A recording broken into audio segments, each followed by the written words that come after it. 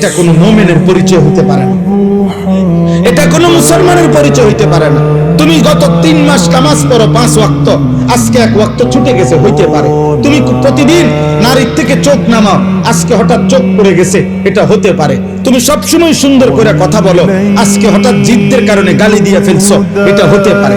কিন্তু প্রতিদিন সুদ, প্রতিদিন কিস্তি, প্রতিদিন ওজনে কম দেওয়া, প্রত্যেক দিন গালি, প্রতিদিন নর্তকী দেখা, নাটক সিনেমা দেখা, প্রতিদিন ফজরের নামাজ পড়া, প্রতিদিন বেপর্দা চলা, প্রতিদিন নাটক সিনেমায় নর্তকীর নাচ গান দেখা, এটা খোদার কসম এটা কোন মুসলমান সুস্থ স্বাভাবিক মুমিনের পরিচয় হতে পারে। আল্লাহ এটা বলছে, বান্দা আমি তাকওয়া চাই, বান্দা তুমি চেষ্টা করো, বান্দা পারবা, তুমি হিম্মত করো, আল্লাহ আমি আপনাকে নারাজ করব না।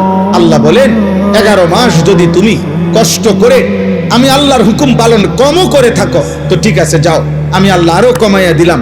একটা মাস আইয়ামাম মাদুদাত, গুনা গুনা 29 দিন অথবা 30 দিন, 31 32 যাবে না, সর্বোচ্চ 30 অথবা 29 দিন গুনার থেকে মুক্ত থাকবা, আমার আদেশ পালন করবা।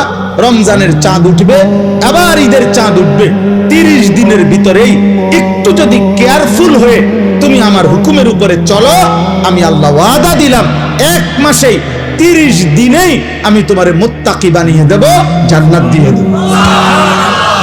এইটাই শেষ কথা। ইয়া আইয়ুহাল্লাযীনা আমানু কুতিবা আলাইকুমুস সিয়াম কামা কুতিবা আলাল্লাযীনা মিন ক্বাবলিকুম লাআল্লাকুম তাত্তাকুন। আল্লাহ বলেন, হে ঈমানদারগণ, তোমাদের উপরে রোজা ফরজ করা হলো, তোমাদের পূর্ববর্তীদের উপরে ফরজ করা হয়েছিল। কেন? যেন তোমরা মুত্তাকি হতে পারো। মুত্তাকি হলে কি হবে? জান্নাতি। আল্লাহ রমজানে কি বানায়? মুত্তাকি বানায়। আল্লাহ আমাদেরকে তৌফিক দান করে।